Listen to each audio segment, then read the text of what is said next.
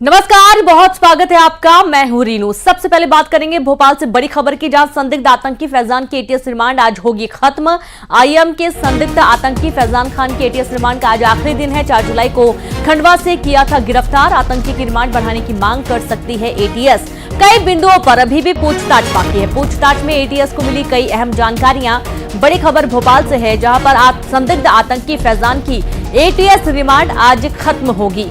IM के संदिग्ध आतंकी फैजान खान की एटीएस रिमांड का आज आखिरी दिन होगा। 4 जुलाई को खंडवा से गिरफ्तार किया गया था। आतंकी की रिमांड बढ़ाने की मांग कर सकती है एटीएस। कई बिंदुओं पर अभी पूछताछ बाकी है। पूछताछ में एटीएस को मिली कई अहम जानकारियां।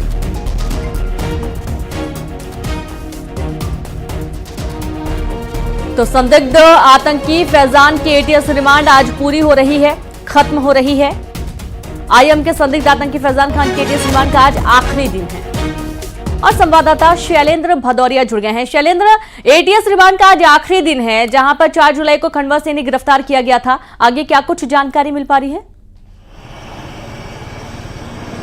देखिए, बिल्कुल जिस तरीके से 4 तारीख को गिरफ्तारी हुई थी, उसके बाद उसकी 5 दिन की पुलिस रिमांड जो है वो मिली थी। एटीएस ने रिमांड के दौरान कई महत्वपूर्ण जो जानकारियां हैं वो इस संदेह से गिरफ्तार जो प्राप्त की हैं। जिस तरीके से उसने बताया कि ये जो है एक आतंकी संगठन है, उनके लगातार संपर्क में था, उनसे बातचीत भी हुई। और इतना ही नहीं, यह जम्मू कश्मीर के भी गया था और जहां जहां आतंकी गतिविधियां होती वहां की ये रैकी करने भी गया था। यानी जो भटकल का गाँव है या दूसरे जो अन्य आतंकी हैं उनके गाँव भी ये होकर आया था। तो वहां पर किस तरीके से आतंकी गतिविधियों को अंजाम दिया था, ये सब वो देख कर आया था। इसके अलावा कई और जिससे कॉन्टैक्ट्स हैं उनको खंगालने का काम एटीएस की टीम जो है वो लगातार कर रही है। जिस तरीके से बताया ये भी गया है कि लगभग 2 साल पहले कोलकाता में बंद एक आतंकी से ये भी मिलने पहुंचा था। उस दौरान भी एटीएस ने इसको गिरफ्तार किया था और उससे पूछताछ की थी। हालांकि उस समय पुख्ता सबूत न होने के चलते इसको छोड़ दिया गया था। लेकिन अब जिस तरीके से इसकी गिरफ्तारी हुई, लगभग 1 साल से जो एटीएस है इस पर नजर बनाए हुए थे और एटीएस को यह आशंका थी कि किसी तरह की संदिग्ध गतिविधियों में संलिप्त है।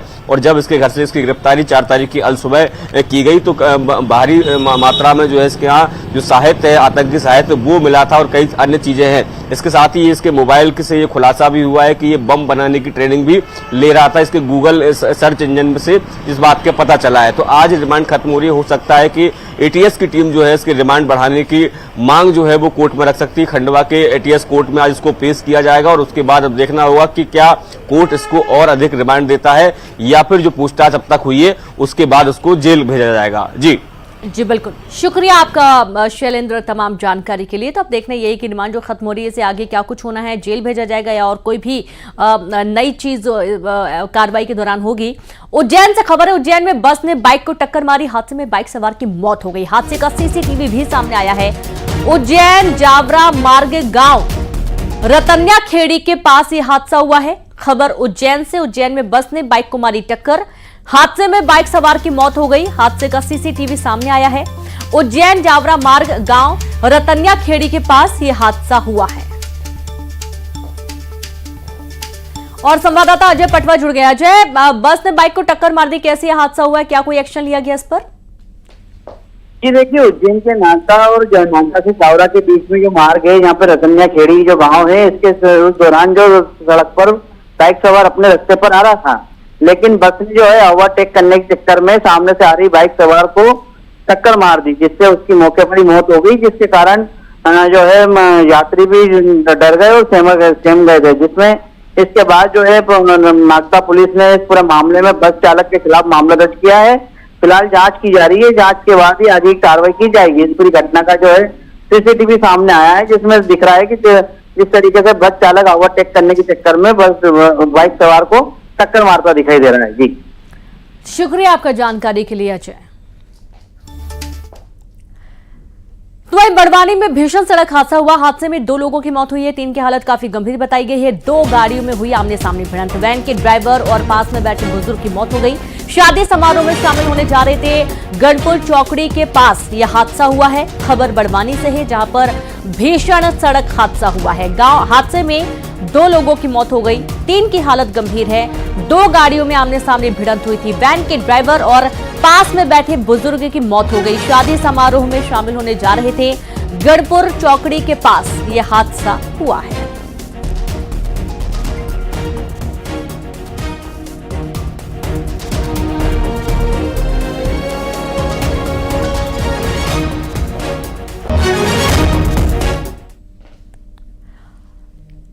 एमपी कांग्रेस की नई कार्यकारिणी की तैयारी चल रही है। प्रदेश कांग्रेस अध्यक्ष जीतू पटवारी का दिल्ली दौरा आज होने वाला है, जहां प्रदेश कांग्रेस अध्यक्ष और प्रदेश प्रभारी की दिल्ली दौड़ होगी।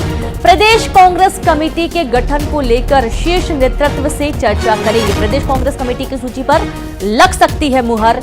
बड़ी खबर, जहां एमपी कांग्रेस की नई कार्यकारिणी की तैयारी हो रही है।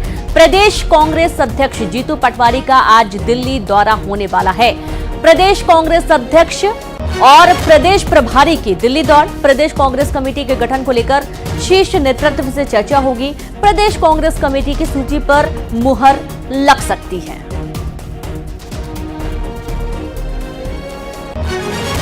तो कांग्रेस में कुछ बड़े बदलाव भी आपको देखने को मिल सकते हैं। मध्य प्रदेश में कांग्रेस लगातार समीक्षा भी कर रही है। जहां एमपी कांग्रेस की नई कार्यकारिणी की तैयारी हो रही है, तो वहीं प्रदेश कांग्रेस अध्यक्ष जीतू पटवारी का दिल्ली दौरा आज होने वाला है।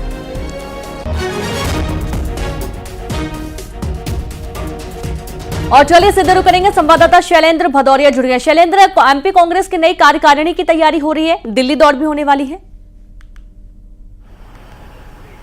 बिल्कुल बिल्कुल, देखिए जैसे ही कल अमरवाड़ा में चुनाव प्रचार अभियान थमा, उसके बाद प्रदेश अध्यक्ष जीतू पटवारी और प्रदेश प्रभारी भंवर जितेंद्र सिंह दिल्ली रवाना हो गए हैं छिंदवाड़ा से, और वहां पर आज वो पार्टी के आला कमान से मुलाकात कर सकते हैं। तमाम जो बड़े नेता हैं उनके साथ मुलाकात कर सकते हैं। जिस तरीके से 2 दिन का चिंतन और मंथन चला, उसको लेकर भी वो रिपोर्ट रख सकते हैं कि इस 2 दिन की चर्चा में क्या बात है सामने निकल कर आई।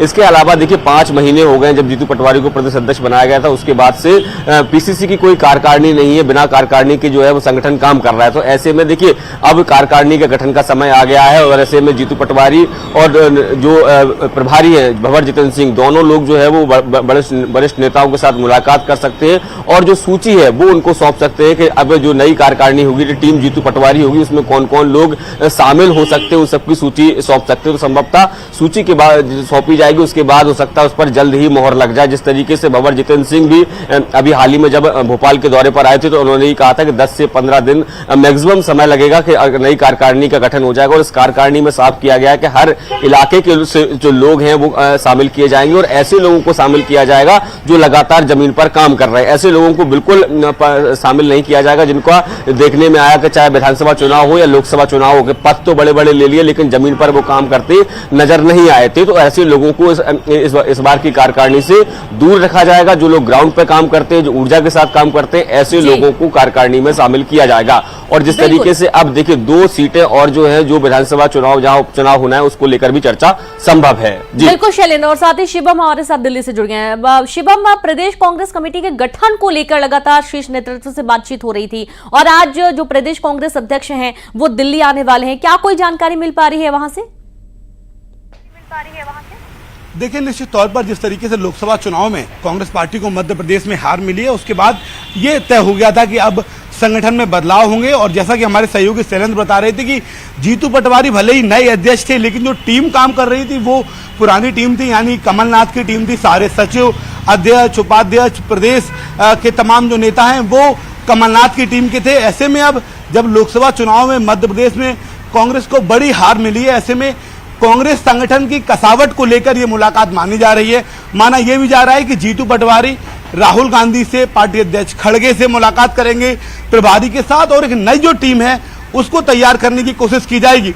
अमरवाड़ा चुनाव, उपचुनाव का जो प्रचार है वो खत्म हो गया है। ऐसे में जीतू पटवारी का दिल्ली आने का संकेत साफ तौर पर यह है कि प्रदेश में नए सिरे से भविष्य के लिए तैयारियां करना, रणनीति बनाना, और उसके साथ जीतू पटवारी को अपनी टीम भी घोषित करनी है, और उसको लेकर वो कांग्रेस आलाकमान से चर्चा करने के लिए आए, सूत्र ये दावा कर रहे हैं। जी बिल्कुल शिवम, और साथ ही शैलेंद्र, आपका शुक्रिया तमाम जानकारी साझा करने के लिए। अब आगे बढ़ेंगे, जहां दुर्ग से खबर है। दुर्ग में गौवंश के साथ क्रूरता का मामला सामने आया है। शराब के नशे में युवक ने चाकू मार दिया, गाय गंभीर रूप से घायल हो गई। भिलाई नगर पुलिस मामले की जांच में जुट गई है। लगातार पशुओं के साथ क्रूरता की तस्वीरें सामने आ रही हैं, और एक ये नया मामला है दुर्ग से, जहां पर गौवंश के साथ क्रूरता सामने आ रही है। ये देखिए तस्वीरें, जो ये पूरा घटनाक्रम सीसीटीवी कैमरे में कैद हुआ है। शराब के नशे में युवक ने गाय को चाकू मार दिया, गाय बुरी तरीके से जख्मी हो गई है, और ये देखिए चाकू मारकर छोड़कर वो भाग गया।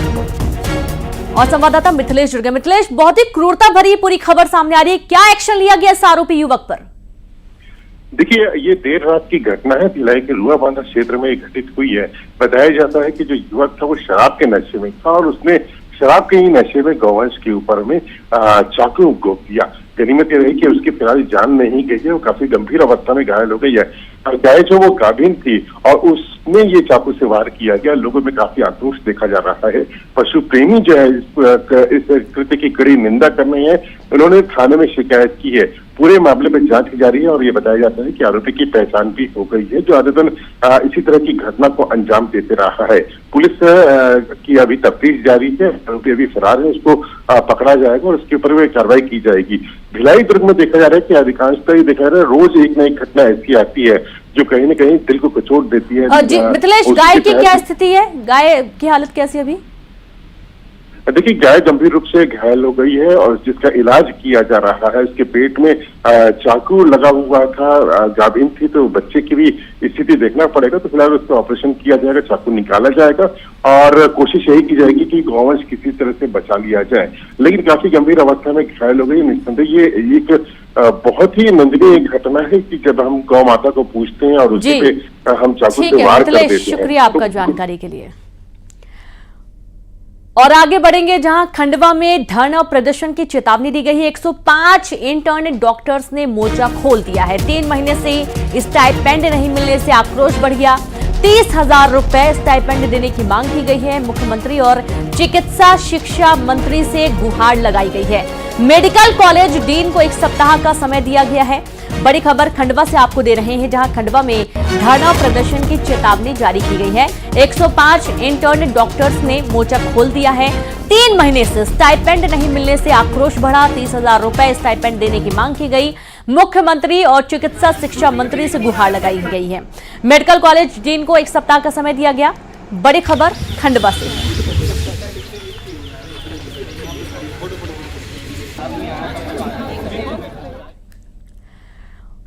और अब बात करेंगे कोंडागांव से बड़ी खबर की, जहां 10वीं की छात्रा ने फांसी लगा ली। 16 साल की छात्रा ने आत्महत्या की है। रिश्तेदार के घर रहकर पढ़ाई कर रही थी। आत्महत्या के कारणों की जांच की जा रही है। तो खबर कोंडागांव से है, जहां पर 10वीं की छात्रा ने लगाई फांसी। 16 साल की छात्रा ने आत्महत्या कर ली और रिश्तेदार के घर पर रहकर ये पढ़ाई कर रही थी। आत्महत्या के कारणों की फिलहाल अब जांच हो रही है। क्या कारण है आत्महत्या के, यह अभी स्पष्ट नहीं है। 10वीं की छात्रा है जिसने फांसी लगाकर आत्महत्या कर ली है।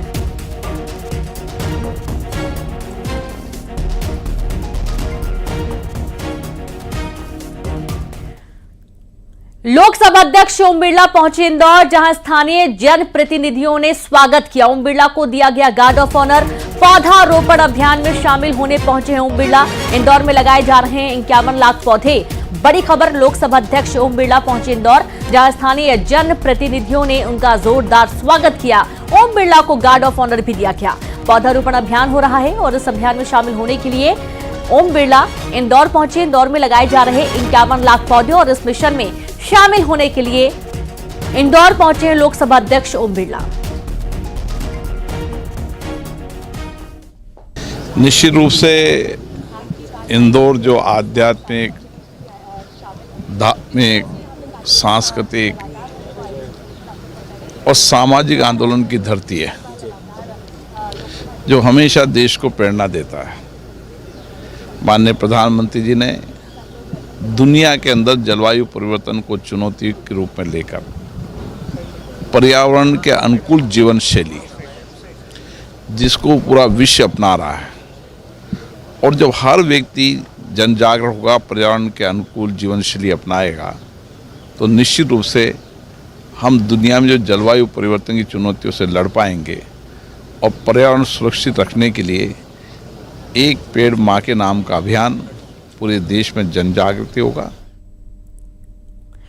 ग्वालियर में भाई की गोली मारकर हत्या का मामला सामने आया। युवक ने ममेरे भाई की गोली मारकर हत्या कर दी। हत्याकांड में 3 लोग आरोपी बनाए गए हैं। थाटीपुर थाना क्षेत्र के दुल्लापुर इलाके में वारदात को अंजाम दिया गया। बड़ी खबर ग्वालियर से है, जहां पर भाई की गोली मारकर हत्या का मामला सामने आया है। युवक ने ममेरे भाई की गोली मारकर हत्या कर दी। हत्याकांड में 3 लोग आरोपी पाए गए हैं। थाटीपुर थाना क्षेत्र के दुल्लापुर इलाके में इस वारदात को अंजाम दिया गया।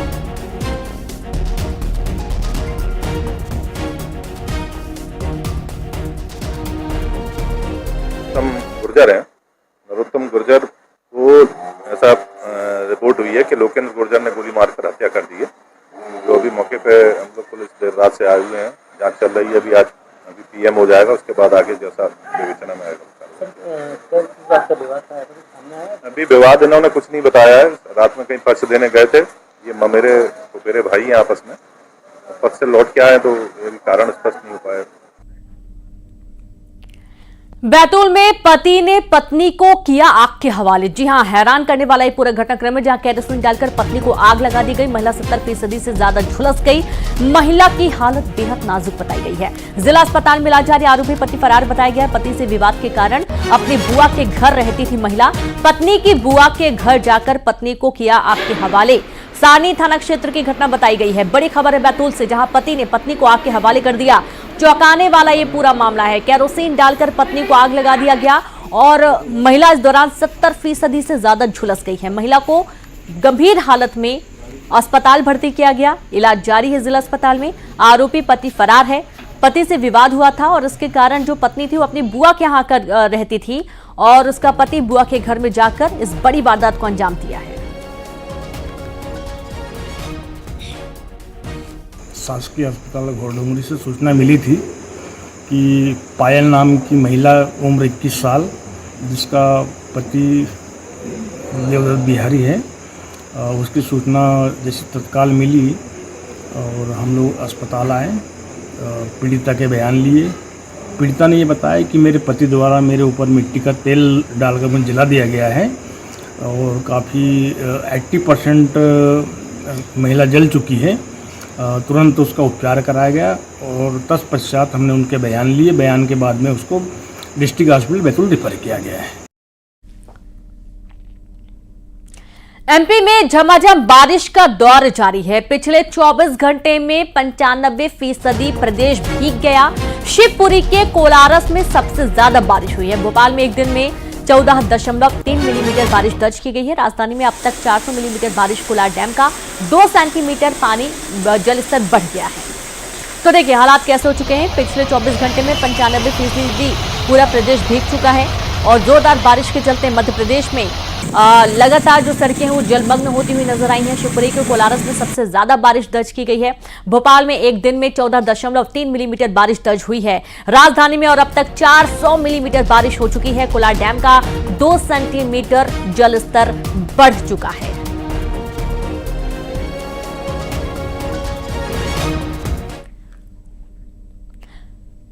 बैतूल में पहाड़ी नदी की बाढ़ में महिला फंस गई। ग्रामीणों ने जान जोखिम में डालकर रेस्क्यू किया। रस्सी के सहारे नदी में उतरे युवक ने जान बचा ली महिला की। तेज बारिश से नदी में अचानक से बाढ़ आ गई थी और भीमपुर ब्लॉक के खारी ढाना गांव का यह पूरा मामला बताया गया है। खबर बैतूल से है, जहां पहाड़ी नदी की बाढ़ में महिला फंस गई। ग्रामीणों ने जान जोखिम में डालकर रेस्क्यू किया। रस्सी के सहारे नदी में उतरे युवक ने जान बचाई। तेज बारिश से नदी में अचानक से बाढ़ आ गई थी। भीमपुर ब्लॉक के खरी ढाना गांव का ये पूरा मामला बताया जा रहा है। खबर बैतूल से है।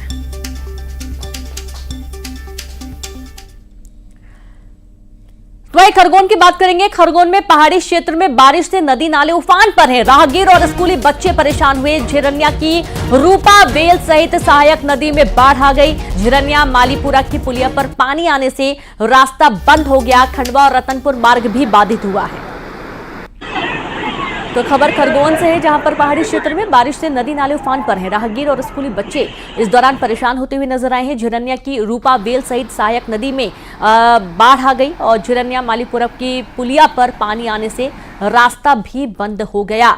अब लोग कहां से निकलेंगे, कहां से अपने घर या स्कूल जाएंगे या बाजार जाएंगे, ये एक बड़ा सवाल है, क्योंकि रास्ता पूरी तरीके से बंद हो चुका है। खंडवा और रतनपुर मार्ग भी बाधित होता हुआ नजर आया।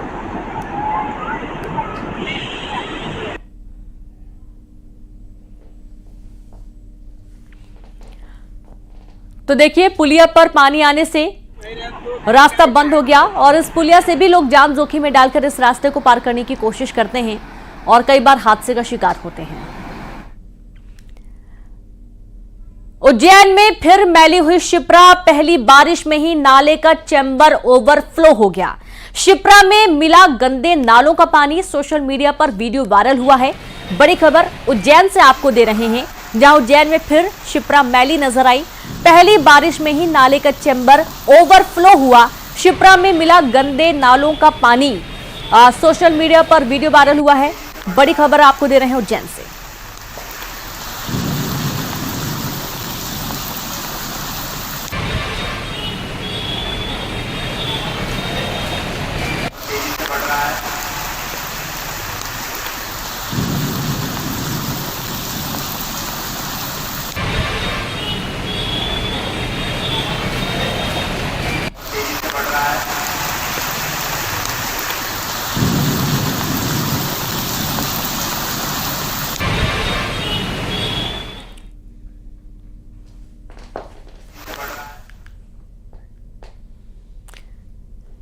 तो प्रधानमंत्री मोदी के मॉस्को दौरे का बड़ा असर हुआ है। रूस की सेना में शामिल भारतीयों को छोड़ने पर रूस राजी हो गया है।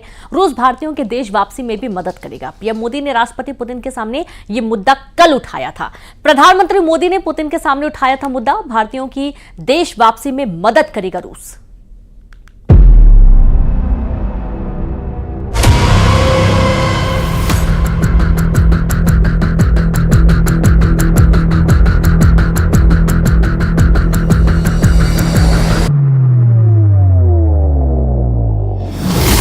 एक ऐतिहासिक घड़ी, एक ऐतिहासिक मुलाकात, एक ऐतिहासिक यात्रा,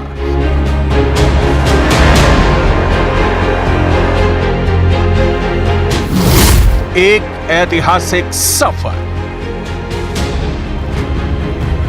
भारत और रूस की दोस्ती का भूत, भविष्य और वर्तमान किसी से नहीं छिपा। सोवियत संघ से लेकर मौजूदा रूस तक दोनों देशों के बीच रिश्ते अभूतपूर्व रहे हैं और यही वजह है कि ग्लोबल पॉलिटिक्स का कांटा रूस की तरफ शिफ्ट हो गया है। रूस के राष्ट्रपति पुतिन और पीएम मोदी के बीच 22वीं सालाना शिखर बैठक के कई डायमेंशन हैं और हर डायमेंशन का अपना महत्व है। यही वजह है कि विदेश मंत्री एस जयशंकर भी इस मुलाकात को नए युग की शुरुआत मान रहे हैं। We are after all two countries who have such a strong history of working together, very steady history of working together. So we did, both of us value very much the need for an annual summit. आंकड़ों से समझते हैं कि भारत और रूस के बीच इस मुलाकात के मायने क्या होने वाले हैं। रूस भारत का चौथा सबसे बड़ा व्यापारिक साझेदार है। दोनों देशों के बीच 2025 तक द्विपक्षीय व्यापार 30 अरब अमेरिकी डॉलर का रखा गया था, लेकिन वाणिज्य विभाग से आया डेटा बताता है कि फाइनेंशियल ईयर 2023-24 में द्विपक्षीय व्यापार 65.70 अरब डॉलर पहुंच गया। और इस तालमेल की नींव पड़ी थी शीत युद्ध के वक्त, जब सोवियत संघ ने महाशक्ति के रूप में और भारत ने विकासशील देशों के अंग के रूप में आपसी सहयोग किया था, जिसका असर दोनों देशों के मौजूदा सहयोग को लेकर देखा जा सकता है। भारत रूस को उसकी जरूरतों का सामान निर्यात करता रहा है, जिसमें दवाएं, organic chemical, electric machinery, mechanical appliances, लोहा और स्टील शामिल है, जबकि रूस की तरफ से तेल, पेट्रोलियम पदार्थ, फर्टिलाइजर, मिनरल रिसोर्स, बेशकीमती पत्थर और वनस्पति तेल आयात होता है। दोनों देशों के बीच रक्षा संबंध भी बेहद खास रहे हैं। इसे समझने के लिए कुछ आंकड़ों पर गौर करना जरूरी है।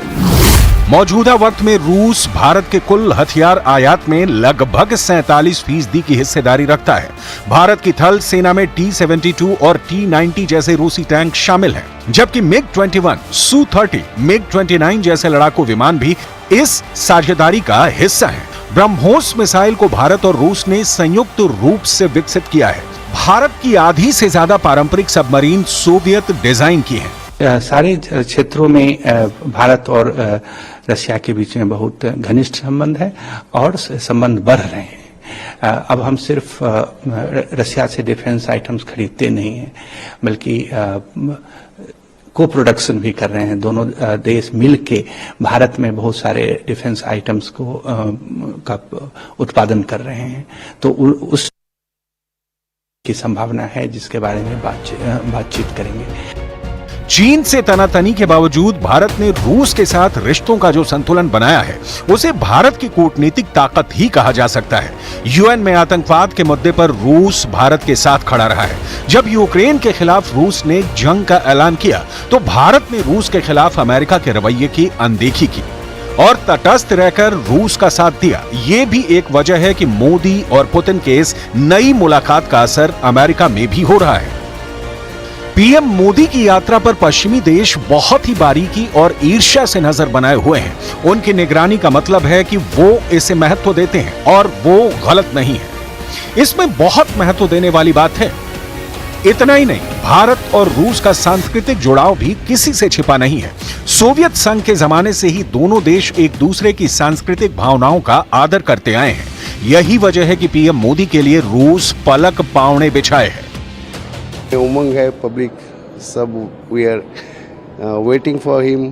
लोग तरह तरह के लिए प्रिपरेशन कर रहे हैं। सब कोई अपने अपने कोई कल्चरल प्रोग्राम्स कर सोच रहा है कुछ है। हम अपने मेनू में भी कई गुजराती डिशेस वगैरह इंट्रोड्यूस किए, lots of thing. Even the menu that is made specially, उसमें भी कई नया आइटम्स हम लोग इंट्रोड्यूस किए गुजरात से।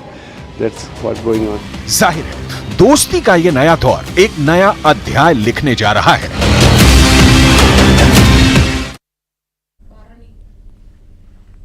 और इसी के साथ खबरों में फिलहाल इतना ही। नमस्कार।